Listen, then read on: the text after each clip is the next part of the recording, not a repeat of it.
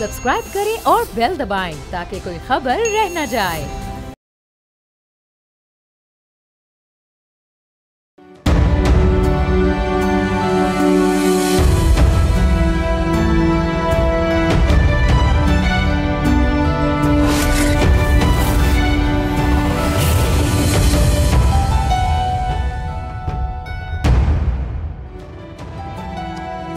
Macro economic level पर अच्छी खबरों का सिलसिला जारी है। फिच ने पाकिस्तान की क्रेडिट रेटिंग एक दर्जा बढ़ा दी है।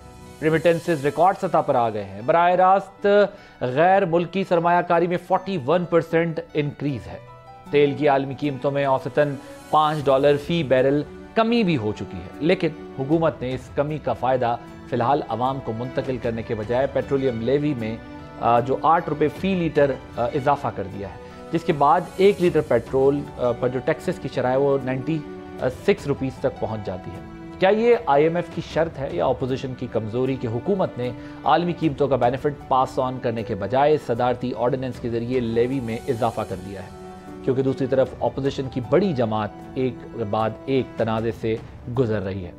अभी अमरीकी कांग्रेस से मुलाकात ना करने का तनाज़ा ख़त्म नहीं हुआ था कि बानी PTI ने आदम स्वाति के बयान से लाताल्लुकी का इजहार कर दिया। गुज़िश्ता रोज़ पार्टी रहनुमाओं से मुलाकात में इमरान खान ने कहा कि मैंने किसी को भी अपनी ज़ात से मुताल्लिक डील करने का इख्तियार नहीं दिया। दूसरी तरफ पार्टी में मुज़ाहमती और मुफाहमती ग्रुप्स आपस में लड़ाई में मसरूफ़ हैं।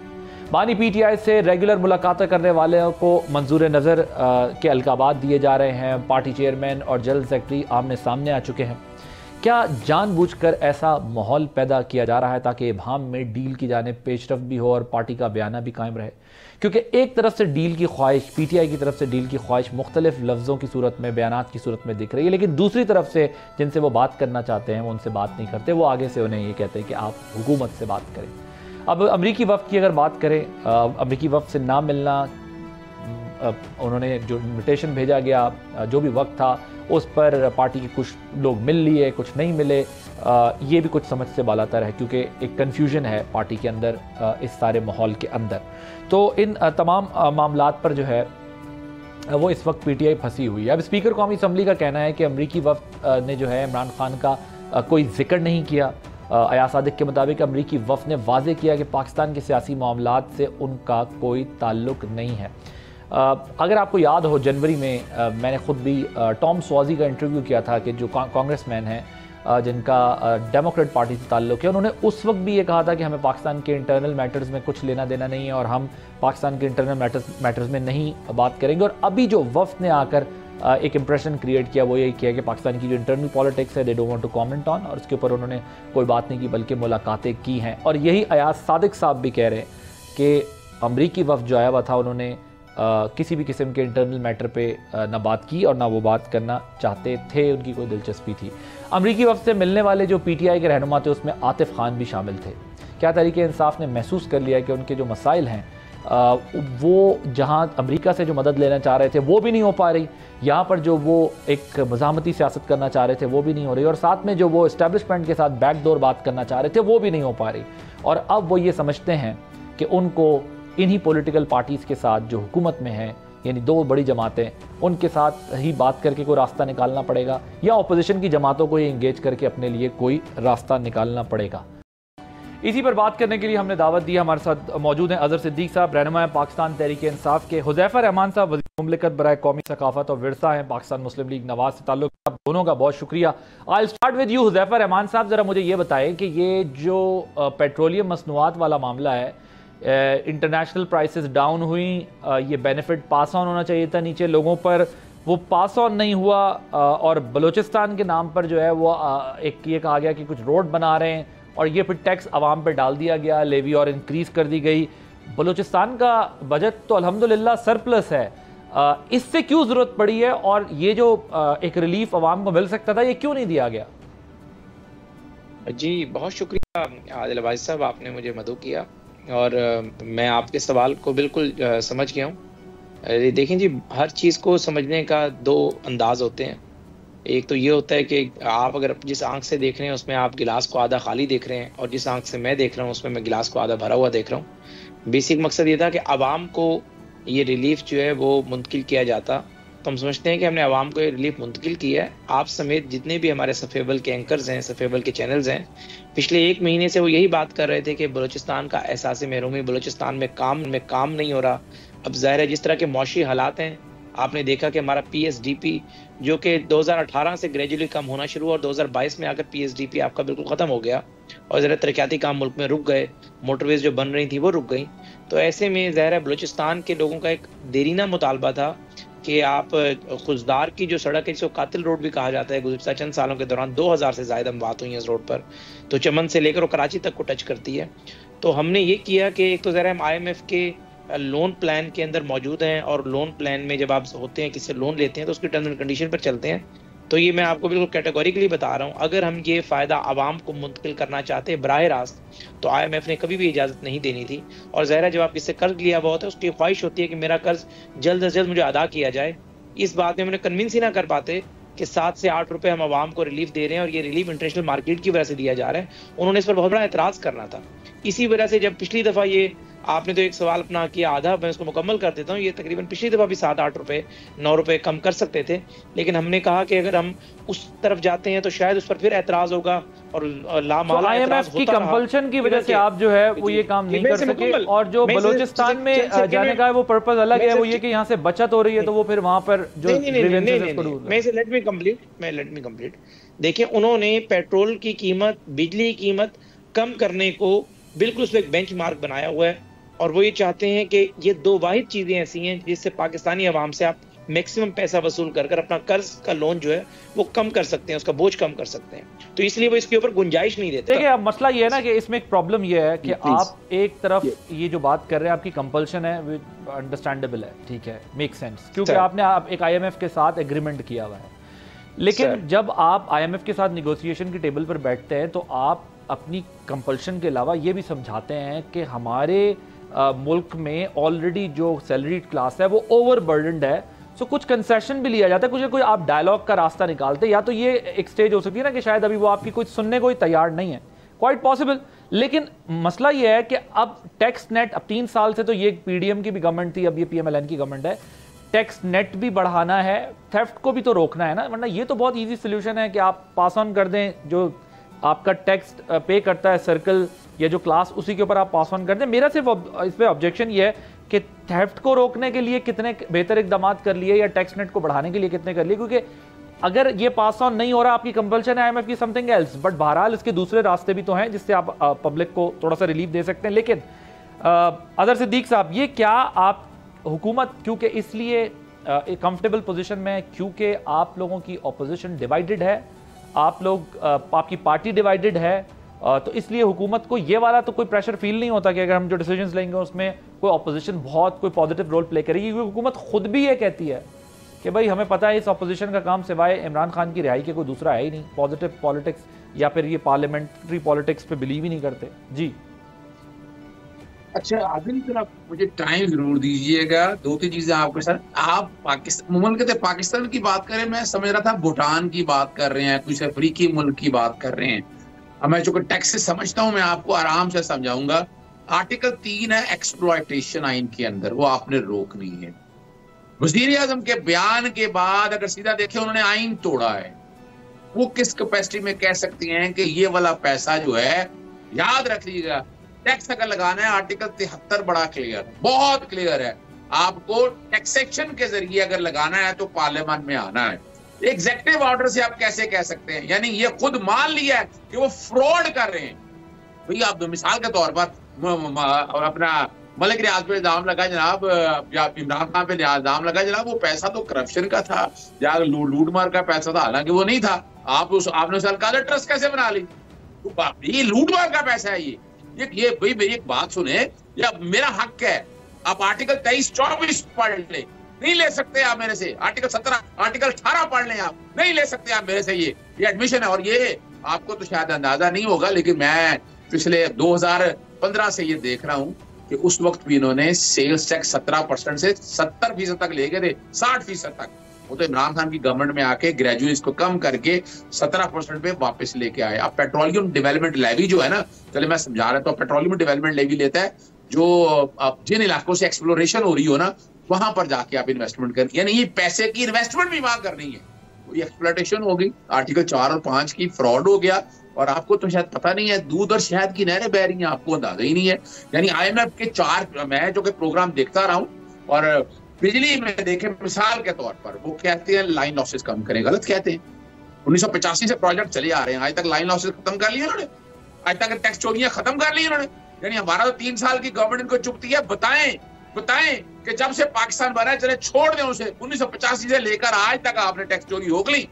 आप चले एक मिसाल देते हैं हम इंडिया की। अच्छा, इंडिया में पता है आपको क्या किया उन्होंने? पंजाब एग्रीकल्चर लैंड जो लैंड लेवल की उन्होंने, आप हैरान रहेंगे। वहां IMF के जो अहदाफ थे वो सारे पूरे किए। अभी तो आपको नीलम झेलम का आपका तो टरबाइन बंद पड़ी हुई है, टनल बंद पड़ी हुई है आपकी, और आपका दासू डैम के हवाले से आप सुन तो रहे हैं कि वो 4 अरब से 26 अरब पे चला गया हुआ है। वो एक पूछ लिया किसी ने, जनाब कोई जनरल के बारे में बात कर दी, उसके सारे इलाके की बिजली पकड़े बंद कर दी।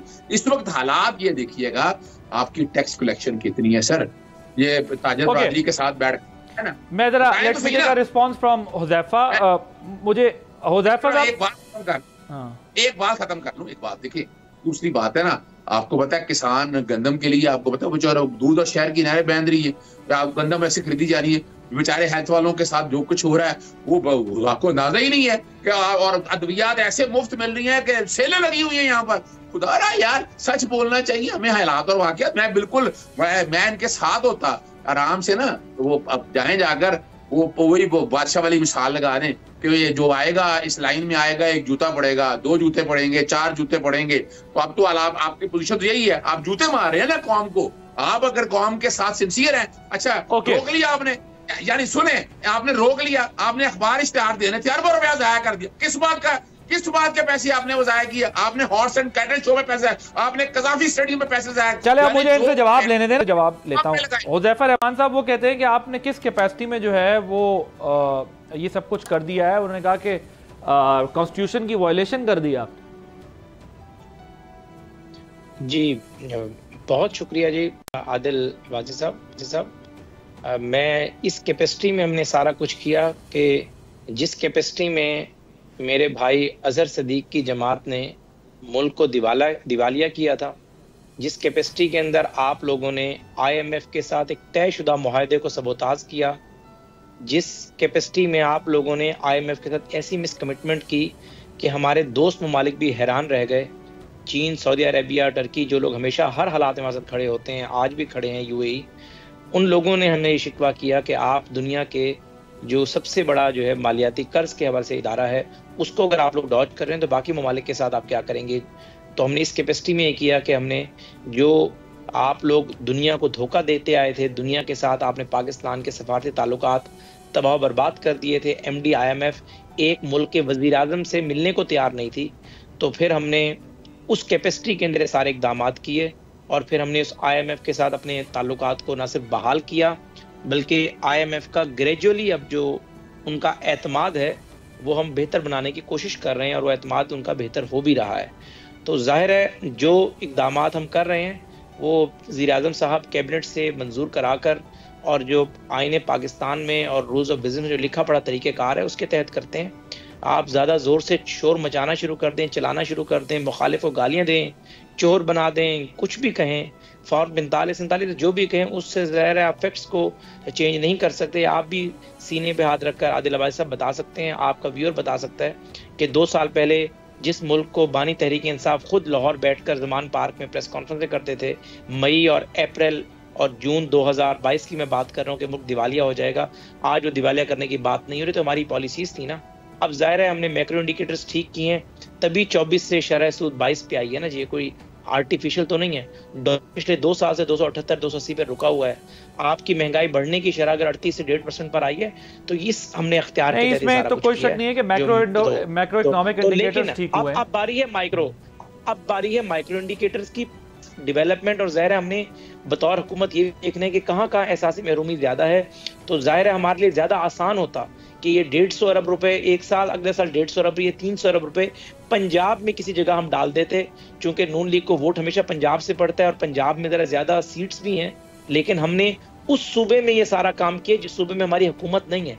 उस सूबे के अंदर एक हमारी उस पार्टी की हुकूमत है जिसे नहरों पर हमारा इख्तलाफ चल रहा है। बाकी उस सूबे के हवाले से हमेशा मुस्लिम लीग नून जो है वो ज़ाहिर सियासी हवाले से वो माइलेज गेन नहीं कर सकी जो कि और सूबों में गेन करती है। तो अगर हमने उस सूबे के लिए किया है तो आप इसको अप्रिशिएट करना चाहिए और आपको कहना चाहिए कि अगर एक मालियाती इदारा आपको डायरेक्ट रिलीफ नहीं देने दे रहा था तो आपने इनडायरेक्ट वे में कम से कम अपने लोगों को इसका रिलीफ दे दिया। बहस ये जरूर होनी चाहिए कि पेट्रोल मजीद कम हो, बहस ये जरूर होनी चाहिए कि बिजली मजीद कम हो, बहस ये जरूर होनी चाहिए कि अशिया खुर्दनोश की कीमतें अद्वियात की कीमतें कम होनी चाहिए। लेकिन ये कोई बात नहीं कि आप कहें कि जी आपने अगर रिलीफ करने का मौका बन रहा तो आपने 300 अरब रुपए बलूचिस्तान को क्यों दे दिए। बहुत दुख और अफसोस की बात है।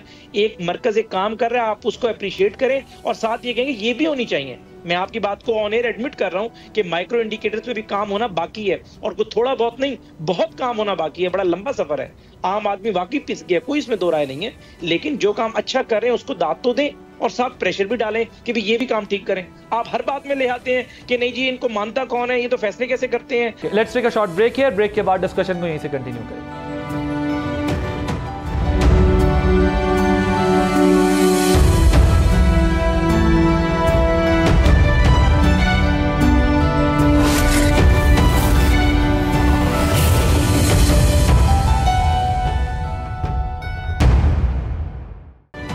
Welcome back.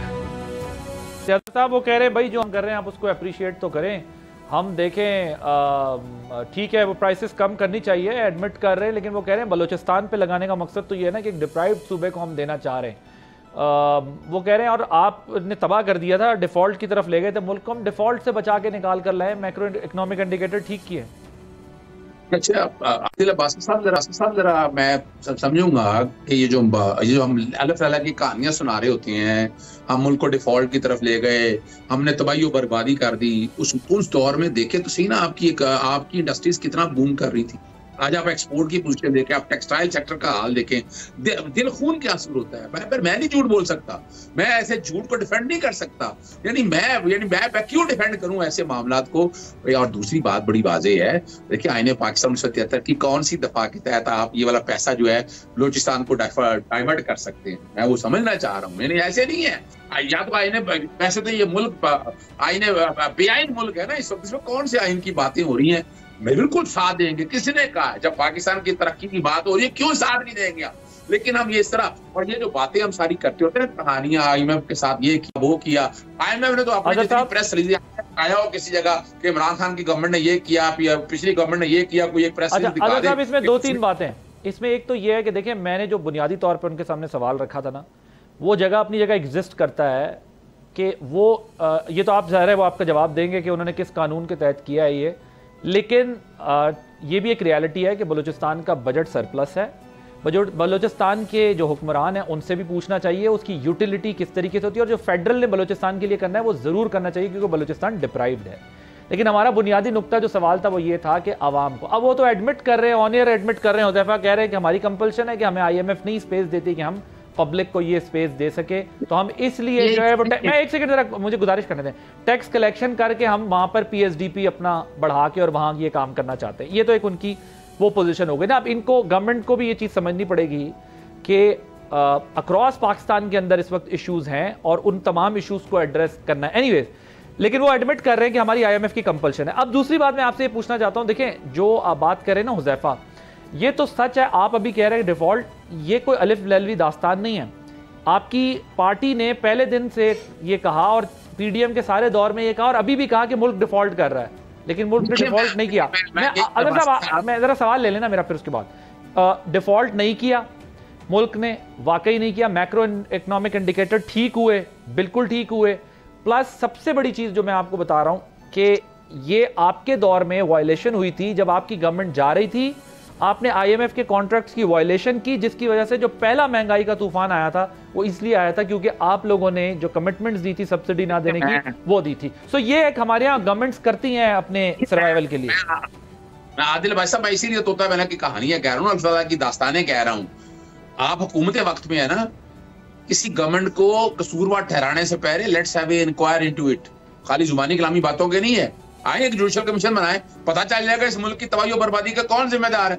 एक ट्रुथ रिकंसिलिएशन कमीशन आए सामने, ये खाली बातें करे। दूसरी बात में देखे ना, हमने आपको रिलीफ नहीं मेरा ख्याल है सर, आप माशाल्लाह देखिए, आप बड़े अच्छे वकील हैं, लेकिन इकोनॉमी का मैं थोड़ा सा आपसे अर्ज कर दूं, एक्सपोर्ट्स के नंबर अच्छे हुए हैं, FDI बेहतर हुई है, रेमिटेंसेस बेटर हुई हैं, मैक्रो इकोनॉमिक इंडिकेटर अच्छे हुए, ये तो रियलिटी, ये फिगर इदारे दे रहे, और क्रेडिट रेटिंग भी अच्छी हो गई है फिच के मुताबिक, आप CCC से B पे चले गए।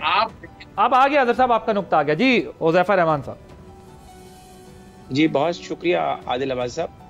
एक तो बात ये कि ज़ाहिर है अगर आप बाजिद हो जाएं कि मैंने कव्वे को सफ़ेद कहना है या लाल कहना है, तो मैं उसमें क्या कर सकता हूँ। आप बात कर रहे थे, आपने मुझ पे भी क्रिटिसाइज किया, काउंटर क्वेश्चंस भी किए और भरपूर कोशिश की, जहाँ मेरा नुक्ता नज़र बनता था आपने मेरी बात सुनी भी।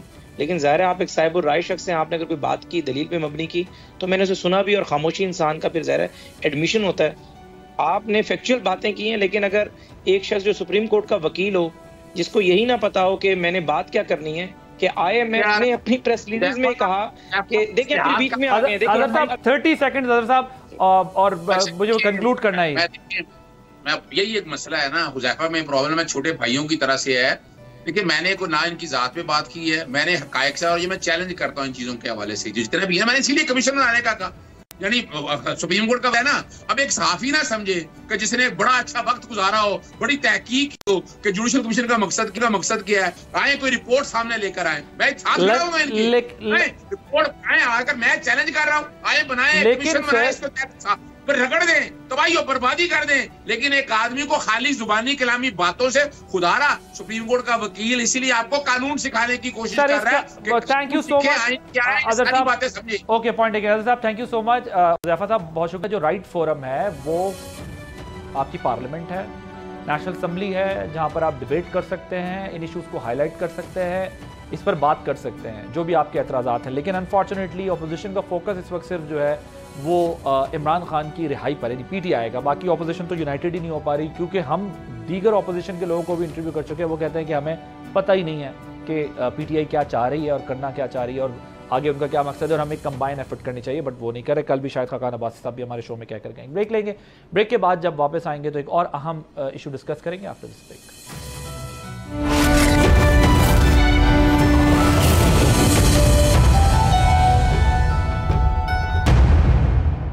Welcome back. Army chief general Asim Munir ने गुज़िश्ता रोज पहले ओवरसीज पाकिस्तानी कन्वेंशन से अहम खिताब किया है।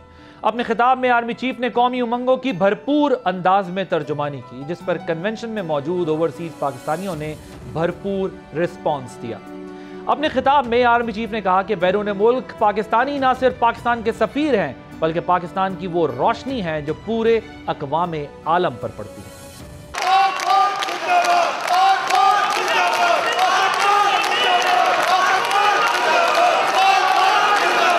I'm really humbled to see these sentiments that you have shown towards the armed forces, and I'm extremely grateful to each one of you for these sentiments and for these emotions that you have for us. Our sentiments and emotions for you, they're even stronger. You're not only the ambassadors of Pakistan, you're of course the warriors, the soldiers of Pakistan. You are the light of Pakistan, which shines onto many countries of the globe. And the way that you are contributing for your country in the form of the remittances, investments through multiple channels, that show that how much of love that you have for your country. हमारे beloved जो overseas हैं, because आप एक different तहजीब में रहते हैं. Don't you ever forget that you belong to a superior ideology. A superior culture. जो इकबाल ने भी कहा था ना, अपनी मिल्लत पर क़ियास अक़वाम मग़रिब से न कर, ख़ास है तरकीब में क़ौम रसूल हाशमी। आर्मी चीफ ने ओवरसीज पाकिस्तानियों को ब्रेन ड्रेन करार देने वालों को भी भरपूर जवाब दिया और कहा कि मेरे सामने बैठे हुए पाकिस्तानी ब्रेन ड्रेन नहीं बल्कि ब्रेन गेन है।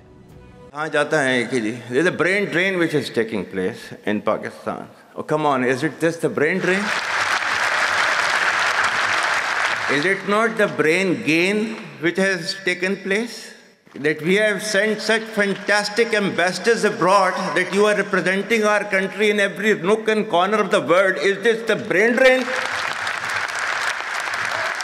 And if this is the brain drain, then we would like to continue with this brain drain for an indefinite period of time. Army chief ने नजरिया पाकिस्तान की भरपूर वकालत की और दो कौमी नजरिए की अहमियत पर भी जोर दिया और कहा कि आइंदा नस्लों को मुल्क बनाने के मकसद से आगाह करना बहुत जरूरी है।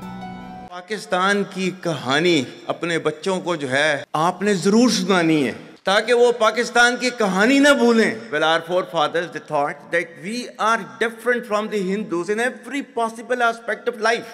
Our religion is different, our customs are different, our traditions are different, our thoughts are different, our ambitions are different. That was the foundation of the two-nation theory that was laid there. That we are two nations, we are not one nation. So because of that, our forefathers, they struggled, mounted that incessant struggle to create this country. Our forefathers, they have sacrificed immensely, and we have sacrificed a lot for the creation of this country, and we know how to defend it. My dear brothers and sisters and sons and daughters, please don't forget this story of Pakistan. And don't forget to narrate this story of Pakistan to your next generation so that their bond with Pakistan, it never weakens. Whether it is the third generation or the fourth generation or the fifth generation, they know that what Pakistan is for them.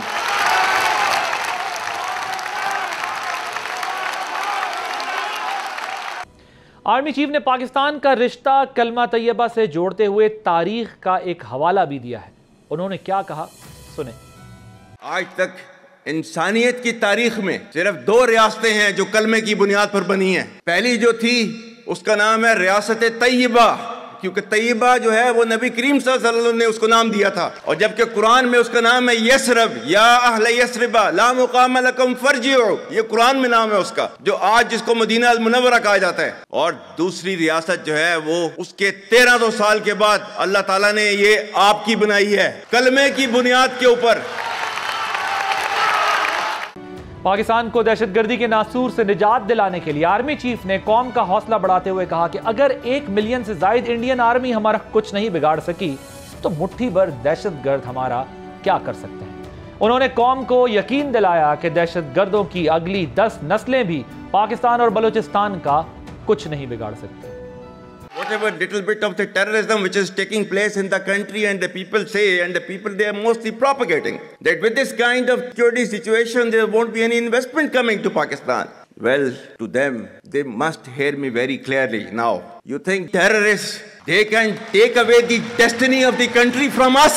If this great Pakistani nation and the Pakistani armed forces, if 1.3 million Indian army with all their wherewithal, if they cannot intimidate us and they cannot coerce us, these terrorists can subdue the armed forces of Pakistan. और बलूचिस्तान जो है, जो कि पाकिस्तान की destiny है, पाकिस्तान के माथे का झूमर है, तुम 1500 बंदे कहोगे कि जी हम इसको ले जाएंगे, तुम्हारी अगली 10 नस्लें भी नहीं लेके जा सकती। Inshallah, you will see that we will beat the hell of these terrorists very soon. Balochistan, you think this 1500 people belonging to BLA and BLF and BRA, etc. can take away Balochistan from us? We have those brave fathers that who proudly shoulder the funeral of their sons and take them to the graves. Pakistan will not fall. And for as long as we have those brave mothers that who proudly sacrifice their sons for the sake of the country, Pakistan will not fall.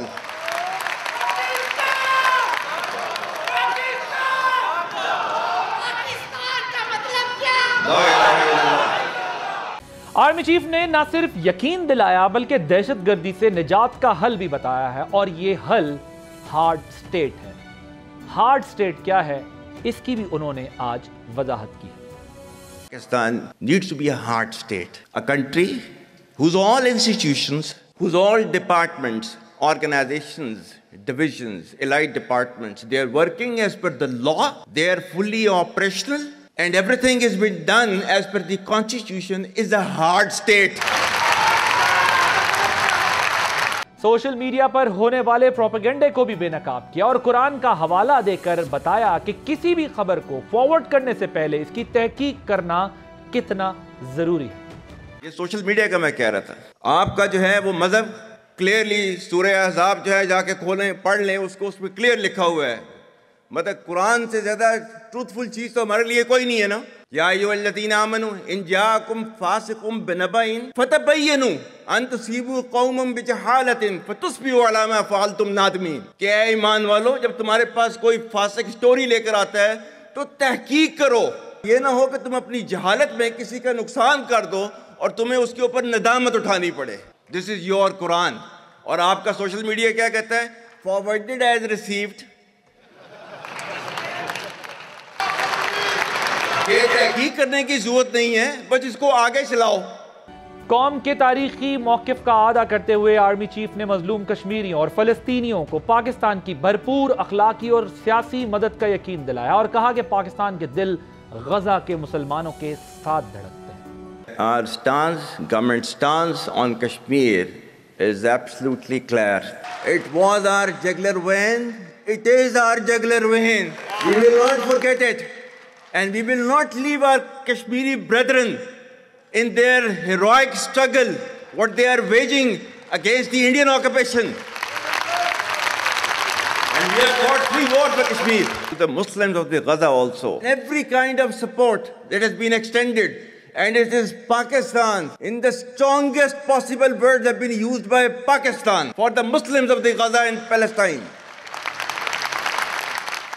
Last but not least, आखिर में army chief ने जोर देकर कहा कि ये तो सवाल ही नहीं कि पाकिस्तान तरक्की करेगा, क्योंकि तरक्की की उड़ान पहले ही शुरू हो चुकी है। सवाल ये है कि पाकिस्तान कितनी तेजी से तरक्की करेगा। हम कौम को दुनिया में उसका जायज मकाम दिलाकर ही दम लेंगे।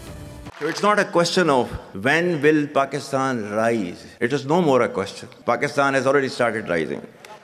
The question is, how fast and how quickly can you rise? That is the question. And we will definitely guide this country to occupy its rightful position in the Committee of the Nations. If you come across difficulty, face it. Stand before that difficulty and overcome that difficulty. And chart out your path toward that destiny which Allah Ta'ala has promised you. And we will reach there, inshallah, regardless of all these difficulties. Pakistan, hamesha zindabad. Overseas पाकिस्तानियों की बहुत बड़ी तादाद ने इस convention में शिरकत की और ये यकीन दिलाया कि वो मुल्क का एक सफ़ीर और नुमाइंदा होने के तौर पर दुनिया के जिस हिस्से में भी होंगे वहाँ पर पाकिस्तान का नाम बुलंद करने के लिए अपना किरदार अदा करेंगे और पाकिस्तान के लिए हर मुमकिन कोशिश करेंगे कि पाकिस्तान का झंडा, पाकिस्तान का परचम हमेशा सरबुलंद रहे। आदिल अब्बासी को इजाज़त दीजिए। अल्लाह हाफ़िज़।